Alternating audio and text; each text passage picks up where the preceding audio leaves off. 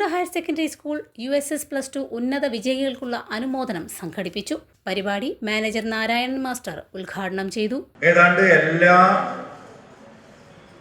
പരീക്ഷകളിലും പൊതുവായി സംസ്ഥാന വിദ്യാഭ്യാസ വകുപ്പും ഉൾപ്പെടെയുള്ള അവർ നേതൃത്വം കൊടുക്കുന്ന ഏതാണ്ട് എല്ലാ മത്സര പരീക്ഷകളിലും വലിയ വിജയം നമുക്ക് 2025-26 വർഷം നേടിയെടുക്കാൻ കഴിഞ്ഞു.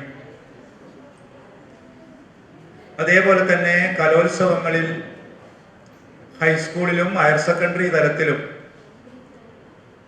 കേരളത്തിൽ പരക്കെ ശ്രദ്ധിക്കപ്പെടുന്ന രൂപത്തിലുള്ള വിജയമാണ് നമുക്ക് ഇത്തവണ കൈവരിക്കാൻ കഴിഞ്ഞിട്ടുള്ളത്.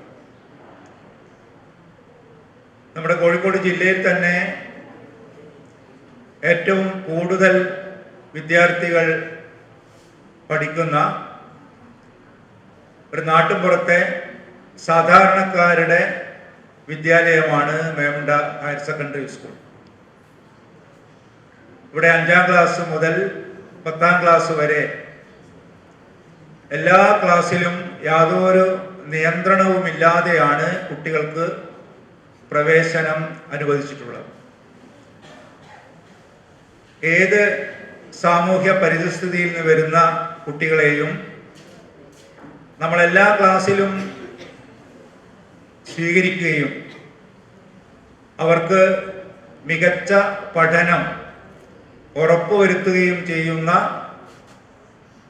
നമ്മുടെ ഈ വടകര വിദ്യാഭ്യാസ ജില്ലയിലും കോഴിക്കോട് റവന്യൂ ജില്ലയിലും അല്ലെങ്കിൽ കേരളത്തിലും എടുത്ത് പരിശോധിച്ചാൽ ഇത്തരത്തിലുള്ളൊരു വിദ്യാലയത്തിന് പകരം വെക്കാൻ നമുക്ക് മറ്റൊരു സ്ഥാപനത്തെ ചൂണ്ടിക്കാണിക്കാൻ കഴിയില്ല. എല്ലാറ്റിലും മാതൃക സൃഷ്ടിക്കാൻ കഴിയുന്ന നിരവധിയായ പ്രവർത്തനങ്ങൾ ഇതിനകം മേമുണ്ട ഹൈസ്കൂളിലെ PTA-യും അതുപോലെ അധ്യാപകരും മാനേജ്മെന്റും നാട്ടുകാരും ഒക്കെ ചേർന്നുകൊണ്ട് നടത്തിയിട്ടുണ്ട്. 26 വിദ്യാർത്ഥികൾ USS സ്കോളർഷിപ്പ് നേടി മേമുണ്ട സ്കൂൾ ചരിത്ര വിജയം കരസ്ഥമാക്കി. ജൂൺ മാസം മുതൽ തുടങ്ങുന്ന ചിട്ടയായ പരിശീലനമാണ് മേമുണ്ട സ്കൂൾ വിദ്യാർത്ഥികൾക്ക് നൽകുന്നത്.